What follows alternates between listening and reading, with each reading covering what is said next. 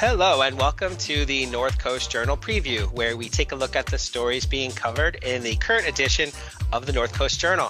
I'm your host, Dave Frank, and I'm joined this week by Thad Greenson, news editor, and Jennifer Fumiko Cahill, arts and features editor at the North Coast Journal. Welcome, guys. Hey, Dave. Dave, how you doing?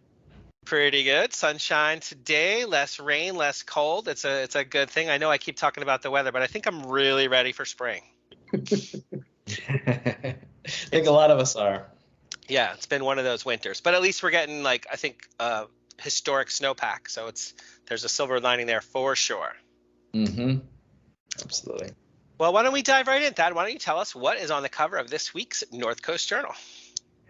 Yeah, and this week our digital editor Kimberly Weir dives into the kind of burgeoning legal controversy surrounding Arcata's Earth Flag on Top initiative, which passed last year and has been in effect with the Earth flag flying atop all others on city flagpoles for a few months now. Right on. So what you're speaking about is Measure M, and in the article it says that it was a close vote, 3,051 to 2,781. 52% of Arcata's voters in that election who voted on this measure said they want the Earth flag atop of the city's flag post, above the American flag, above the California state flag, and above the POW MIA flag. Can you tell us a little bit about the immediate controversy?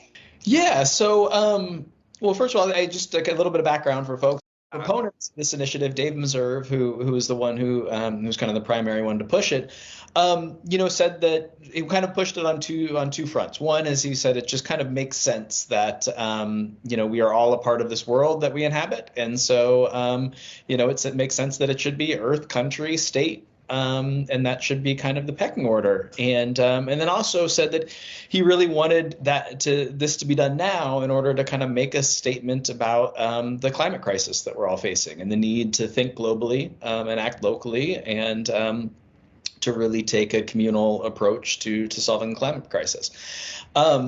And so that resonated, as you said, with 52% of Arcata voters, and this thing went into effect and was adopted and then made official in December by the city council.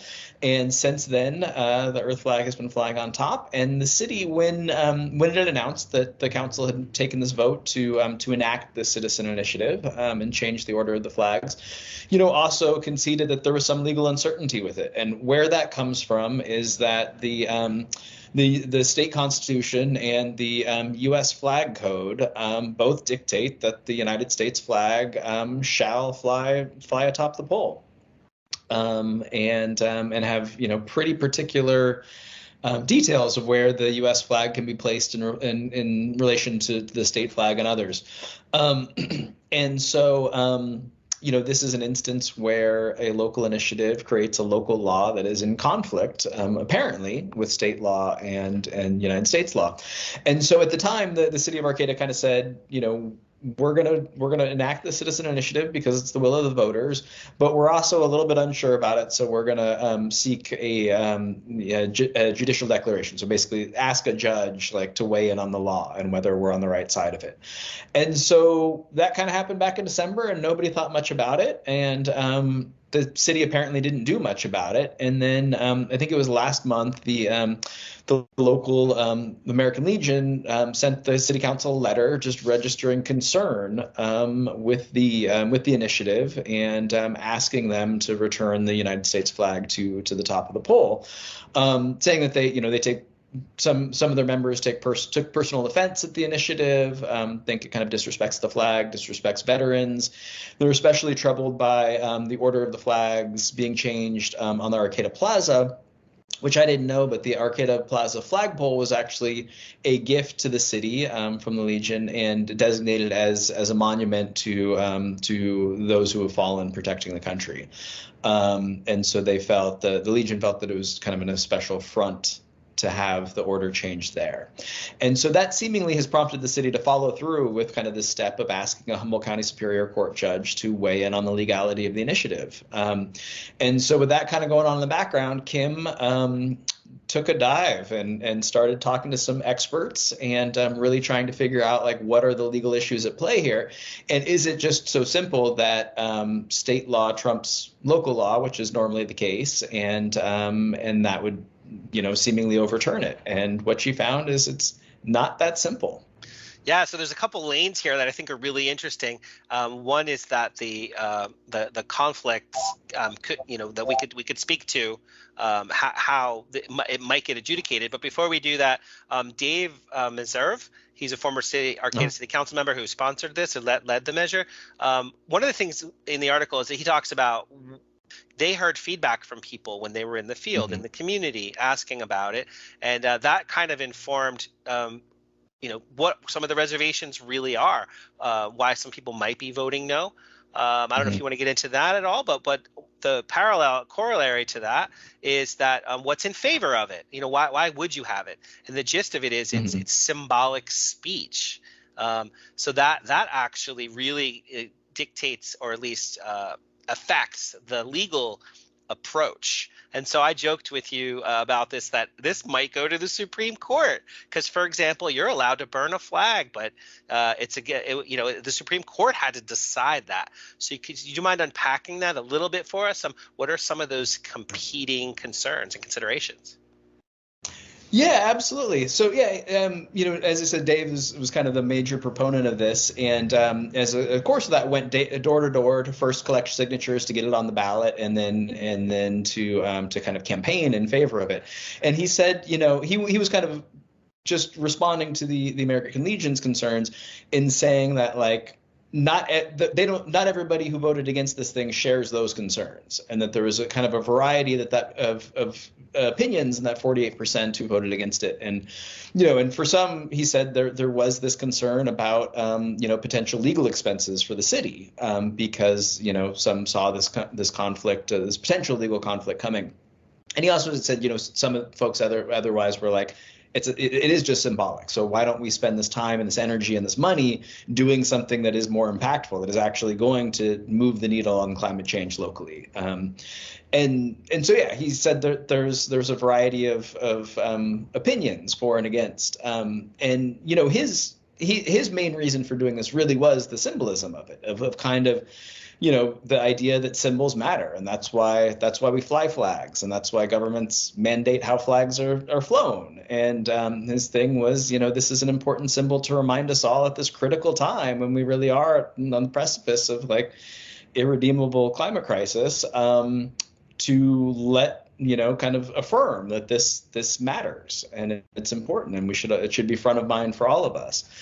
And I will admit that at the time, I don't know, that made sense to me, but I didn't quite understand the potential legal ramifications of a symbolic vote like that. And so when in researching the story, Kim talked to Tracy Weston, who is the one of the founders of the Center for Governmental Studies. I'm sorry.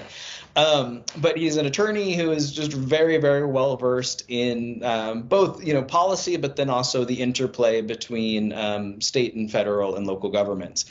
And, so he kind of talked her through the potential legal arguments here. And, one of them is very straightforward, is that, like, federal government generally trumps state government, federal laws generally trump state laws, and state laws generally trump local laws. And so, if Arcata wanted to pass an initiative that did away with background checks on handgun purchases, that would go nowhere because it is in direct conflict with state and federal law. Of course, that's not the case here, but through that lens, he said, it's probably a pretty simple case that this thing isn't going to pass a legal test. But where it gets really interesting is when the First Amendment comes into play, because the First Amendment rights are enshrined in the California Constitution, obviously enshrined in the U.S. Constitution. And what Arcata voters did in passing Measure M, as you said, was a symbolic act, really. and saying that, flying this symbol in a certain way matters symbolically.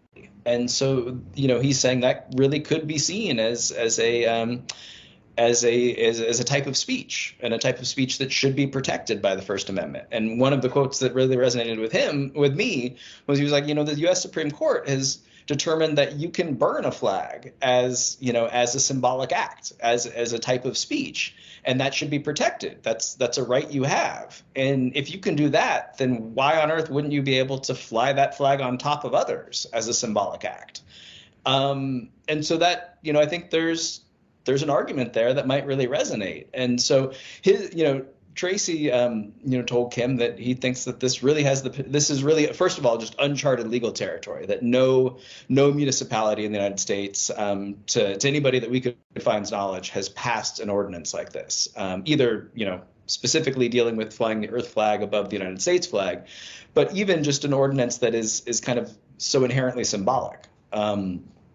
And so inherently kind of a statement of values. And so he said he does see the potential for this being appealed all the way to the U.S. Supreme Court, which opens some other doors that are interesting too. He pointed out that the current makeup of the court is not just conservative, but really, ambitiously so, and has, when taking up other cases, has really expanded them to overturn kind of longstanding precedent, most obviously or most notably with Roe versus Wade.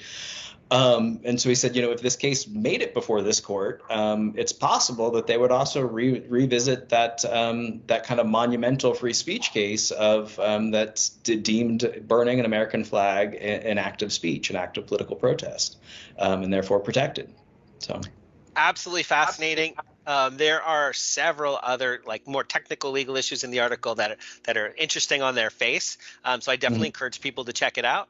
But that key thing that not only might this end up going to the Supreme Court because of the sort of interpretation vacuum about how it fits into the competing supremacy, I guess, between federal and state and local, but then with the symbolism broken in, right? So it really could go to the Supreme Court, like you said, which I think is fascinating. And then moreover, on top of that, it could actually undermine the court could take this as an opportunity to undermine existing freedoms that are out there. They could, because people, Eric Kirk, who's the local lawyer, the article points out, who will be in supporting this measure. He and I are colleagues on a couple different areas, but include through media. Another show, Redwood Wonk on Access Humboldt, but also we're colleagues in other places too. So anyway, he has pointed out how activist this court is in other forums.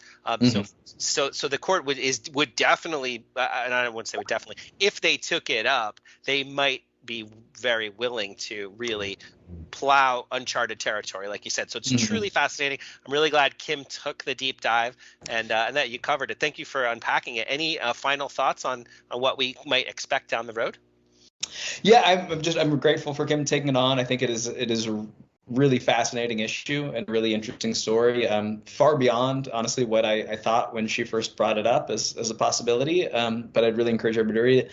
And then the last thing I think is just it's also interesting that as these cases, if there is a local ruling that does get appealed to an appellate court and does start kind of working its way up the chain of courts, these cases bring on, amicus parties, so parties that have a mutual interest in the outcome of the case. And so if that happens, I would expect to see, everybody from the American Civil Liberties Union to the First Amendment Coalition kind of joining the fight to protect Measure M, while, presumably some veterans groups and some probably conservative action groups would line up on the other side. And so if it does continue going up that ladder, the stakes will get continually higher, and that will bring more and more people into this conversation, which will be interesting as well.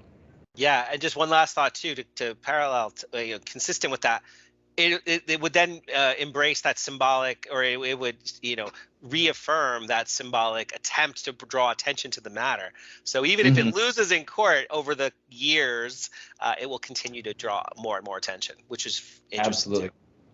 Well, right on. Sweet. Thank you very much. I look forward to following this and any other, continuing feedback we get will be greatly appreciated. Yeah, absolutely. Thanks, Dave. Right on, Thad. Oh, you got it. Jen, what is going on the arts and features beat this week? Arts and features is packed this week, partly because we have not one, but two plays reviewed in this week's issue. Nice. We have, and they really could not be more different. So the second this came across my desk, the play Radium Girls, which sounds like a band that is playing locally. In fact, it is not. It is a drama that is being staged up at Cal Poly Humboldt from their Department of Theater, Music, and Dance. And I saw this and I thought, Dave Jervis, because it is the story of, you remember when Marie Curie found radium with her husband and then died of it. Dave's older than he looks. Yes, right. So in the 1920s, radium was all the rage. Suddenly it was like, radium, hey, it's going to cure this, it's going to cure that. And then just keep that in mind, everybody who's out there taking every supplement ever. So at that time, one of the things that was a cool new scientific breakthrough, novelty, fun thing to have would be a watch with glowing hands and numbers. Oh, right. Still cool. Glow in the dark is still awesome. This kind of glow in the dark, not so awesome, because the women who painted these dials would wet their little paintbrushes with their saliva, and that, which also, is that hygienic? Is that OSHA safe? And then paint, and therefore radium. And they got all kinds of awful symptoms, and they died. And this became a big court case. And this story that is in this play is about the women trying to get some kind of justice, and about, well, here's something that's still in vogue: horrible corporate types who are like fine sacrificing workers in order to keep making money. Surprise. So anyway, David has a great review of that, his history nerdery coming out all over. And he felt it was a really good show, and that you should check it out. In particular, so James Peck is the director, and in particular, he noted there was a really great performance by one of the leads, Sophia Escudero, who plays one of the women who brings suit. Anyway, it's a great historical piece, and a complete 180 from what's happening in Ferndale, where the Ferndale Repertory Theater is doing Sister Act, the musical. That's right, the Whoopi Goldberg movie that those of us old enough to saw in 1992, turned into a stage play. And in the Whoopi Goldberg role of Dolores Van Cartier, aka Sister Mary Clarence, is Cynthia Martels, who Tigger Custodio tells us is really great in the role. He mentioned some really fine performances and people really making tremendous effort, some good choices by director Craig Benson. However, and this is sort of interesting, he talks about having gone to see it on the opening Sunday, the opening weekend's matinee. So all of the local theater in our area is volunteer, and everybody gives a tremendous amount of their time doing rehearsals, practicing, et cetera, and the week before performance means far longer hours, way more intensive practice, way more intensive rehearsal, and then an exhausting opening weekend. And sometimes that takes a toll on people's voices, that takes a toll on people's, energy and that kind of thing. And it was something that you could read from the seats. And while, Tigger was saying that he understands that the burden of the first week, coming back after Hell Week, at the same time, he has some constructive criticisms to make, but he also thinks that it's worth going to check out the show, because these are things that typically in a show that runs as long as this one does, and it goes through May 7th, will work out by the time, by the time your tickets come up. So go check that out. So 2 different plays. Go look through the reviews and see which one is for you for this weekend. And the other thing, I have exciting news for all of us. One is about pizza. I know we have been in anticipation of what moves into the Old Angelo space, and that has now become the overtime eatery and games. So there's like, actually, it's kind of nice. You can bring your kids to waste their youth the way you wasted yours, right? By playing pool, playing video games, eating pizza, watching sports on a big TV. There's a beer bar on one side, and then there is more of a counter, really, to get pictures and things. And then there is the pizza side. A separate business within Overtime is Brett's Pizzeria, where he is, as we said he would be, making Chicago pizzas, Detroit pizzas, and California pizzas. California pizzas, for those of us who are new here, not exactly a skinny New York crust, but a round pizza, hand tossed, etc. So the Detroit is really pretty solid. It's a different pizza. It may not be your pizza, but especially if you came for cheese, the Detroit is maybe not your pizza. But wait, there's more. The Detroit has the cheese and then the sauce on top. There's not a ton of cheese. It's really about the crust, this thick bread that's like sort of like a Sicilian, but with more air holes and more chewiness to it. Very moist, very nice.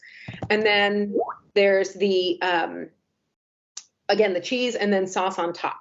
And it's lovely. It's very filling. It's a very satisfying pizza. It's got a little bit of a crunch, and it has no edge crust. So the cheese just kind of goes to the very edge and kind of browns and gets really nice corner piece.